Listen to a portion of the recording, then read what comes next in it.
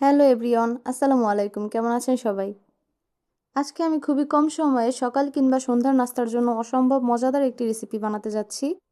খুব অল্প সময় এবং অল্প উপকরণেই এই খাবারটি তৈরি করা যায়। তাহলে চলুন শুরু করি আজকের রেসিপি। প্রথমে একটি পাত্রে আমি একটি ডিম ভেঙে নিচ্ছি। দিয়ে দিচ্ছি 2 চা চামচ পরিমাণ চিনি।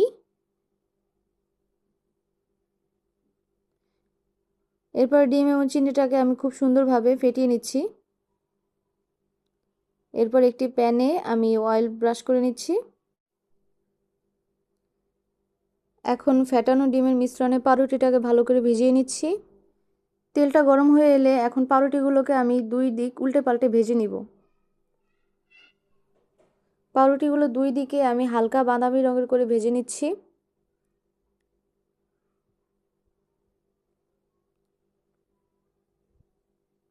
আমার ভাজা প্রায় শেষ। একটু ভালো করে উল্টে পাল্টে ভেজে নেব।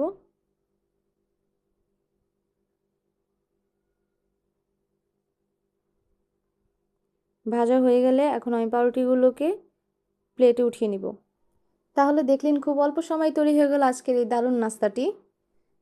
আমার রেসিপিটি ভালো লাগলে অবশ্যই আমার চ্যানেলটাকে সাবস্ক্রাইব করে দিবেন। আল্লাহ হাফেজ।